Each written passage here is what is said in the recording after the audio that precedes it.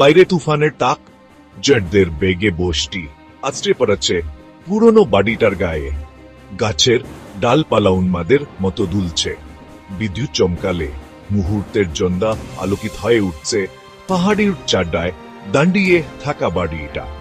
অন্ধকারে থাকা বাড়িটা দেখে মনে হচ্ছিলেন একটা ভয়ঙ্কর কিছু। জানালাগুলো ফাঁকা চোখের মতো তাকিয়ে আছে অন্ধকার রাতের দিকে। একটা লম্বাচা আজডেঢের মুখে এগিয়ে আসছে। অরূপ চাঁদের বেগ ছাড়িয়ে একটা বিরাট বট গাছের তলায় আশ্রয় নিল। সে পারে কোট প্রাসত্বে তার শরীর কাঁপছে। অরূপ সবসময়ে এই বাড়িটা এড়িয়ে চলার চেষ্টা করত, গ্রামের স্পাই করত। সবার কাছে এই বাড়িটা ভূতুড়ে, অভিশপ্ত বলে পরিচিত। অদ্ভুত সব শব্দ, জলমলে আলো আর অস্পষ্ট ছায়ার গল্প সকলেই শুনেছে। এইসব ভাবতেই অরূপের মেরুদণ্ড ধরে একটা শীতল স্রোত বয়ে গেল। কেন সে এখানে আসতে রাজি হয়েছিল? চন্দরা ফাটকটা ক্যাঞ্চ করে খুলে গেল। ইহেন তাকে সাবধান করে দিচ্ছে।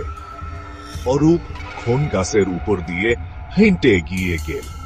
তার মেরুদণ্ড ধরে একটা ঠান্ডা স্রোত বয়ে গেল।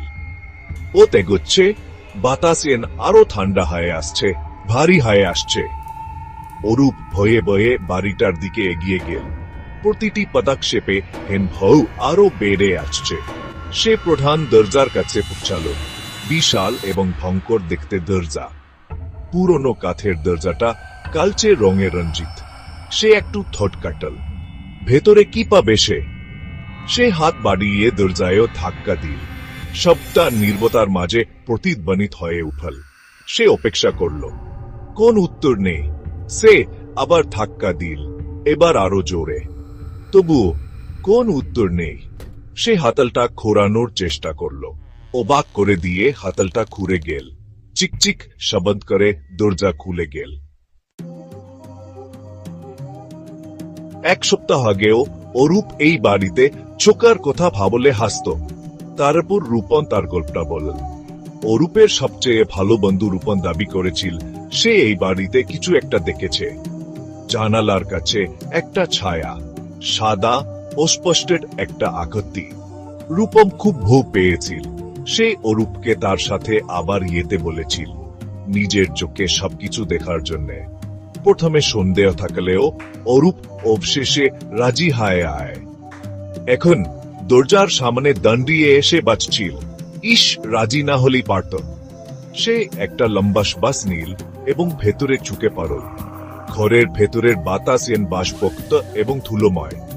একটা আশা গন্ধ চারিদিকে, ধুলো ও আর্দ্রতার গন্ধ। বাইরে শুধু বিদ্যুতের আলো ঝলমল করছে।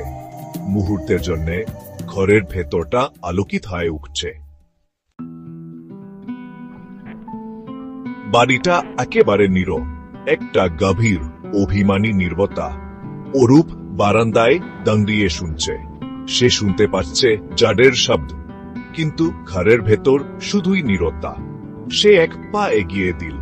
তার পদধ্বনি কাঠের পরের উপর প্রতিধ্বনিত হচ্ছে। ছায়া ও ধুলোর এক জগ এই বাড়ি।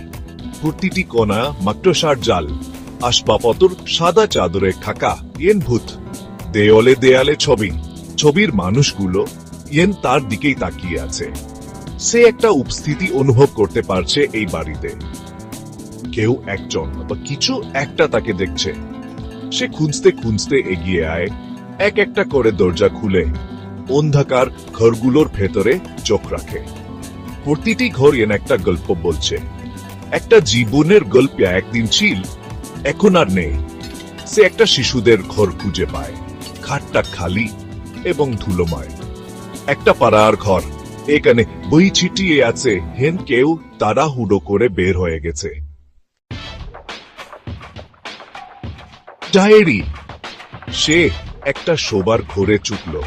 অন্যান্য ঘরগুলোর তুলনায় এই ঘরটা বেশ বড়। একটা জানালায়া সামনের বাগানের দিকে মুখ করে আছে। আসবাবপত্র ধুলো চাদরে ফাঁকা, কিন্তু তার আগের সৌন্দর্য লুকিয়ে রাখতে পারেনি। একটা বিশাল চারকোনা বিছানা ঘরের মধ্যিখানে। তার পাশে একটা ছোট টেবিল, যার উপরে একটা বেইটা একটা ডায়েরি, চামড়ার খোলে মোড়া। সে ডায়েরিটা হাতে নিল, খোল থেকে ধুলো জেডে ফেলাল। চামড়া পুরনো এবং ফাটা, কিন্তু ডায়েরিটা অবাক করে দেওয়ার মতো ভালো অবস্থায় আছে। সে ডায়েরিটা খুলল। পাতাগুলো ভরা সুন্দর প্রবাহিত হাতের লেখা। ডায়েরিটা কসনামাই নামের একজন মহিলার। তিনি অনেক বছর আগে এই বাড়িতে থাকতেন। ওরও পড়তে শুরু করলো। সে টেনে নিয়ে আসছে কসনামাইয়ুর জাগতে এক চাকে। এখানে আছে ভালোবাসা, হতাশা এবং মর্মান্তিকতা। পড়ার সাথে সাথে সে একটা যুগায়ুগ অনুভব করতে পারছে কসনামাইয়ের সাথে। তিনি সরাসরি তার সাথেই কথা বলছেন, তার অন্তরের গোপন কথাগুলো ভাগ করছেন। কসনামাই তার জীবনের কথা লিখেছেন এই বাড়িতে। তিনি তার স্বামীর কথা লিখেছেন। ইনি ছিলেন খুবই নির্যাতনকারী এবং সন্দেহপ্রবণ। তিনি তার একাকিত্বের কথা লিখেছেন, তার হয়তা লিখেছেন, এবং তিনি এই বাড়িতে ঘটে যাওয়া অদ্ভুত সব ঘটনার কথা লিখেছেন। রাতের বেলায় পুদতবাণী, অন্ধকারে ফিসফিসানি। তিনিও বিশ্বাস করতেন এই বাড়িটা ভূতুরে। একটা লেখা পড়ে ওদের মেরুদণ্ডে শীতল স্রোত বয়ে গেল। কসনামাই একটা ছায়ার কথা লিখেছেন, যা তিনি দেখেছিলেন। একটা ছায়া যা তার স্বপ্নে আসত এবং ঘুম ভাঙার পর ওটাকে তার মনেও দেখাত। তিনি বিশ্বাস করতেন এটা একটা শুভ শক্তি যা এই বাড়িতে আটকা পড়ে আছে। তিনি তার ভাইয়ের কথা লিখেছেন, তার এই বিশ্বাসের কথা লিখেছেন এটা তার কুস্তি করবে। বারান্দা থেকে একটা শব্দ হয়ে সে চমকে উঠল। সে তাড়াহুড়ো করে ডায়েরিটা বন্ধ করে ফেল। তার হৃদয় জোরে জোরে হুকপুক করছে। সে শব্দের দিকে ফিরে তাকালো। সে একলা নয়, দরজায়ও একটা ছায়া দাঁড়িয়ে আছে। ভয়ে অরূপের মুখ থেকে একটা চিকার বেরিয়ে আসার মুখে আটকে গেল। সে ছায়াটার দিকে এক দৃষ্টে চেয়ে রইল। তার রক্ত জমাট বাঁধছে। তিনি একেবারে নড়াচড়া করছেন না, তার মুখ ছায়া থাকা।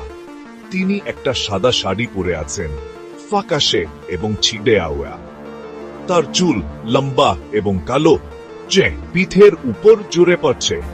সে মহিলার মুখ দেখতে পাচ্ছে না, অন্ধকারে ফাঁকা, কিন্তু সে অনুভব করতে পারছে মহিলার চোখ তার উপর ঠান্ডা এবং তীক্ষ্ণ।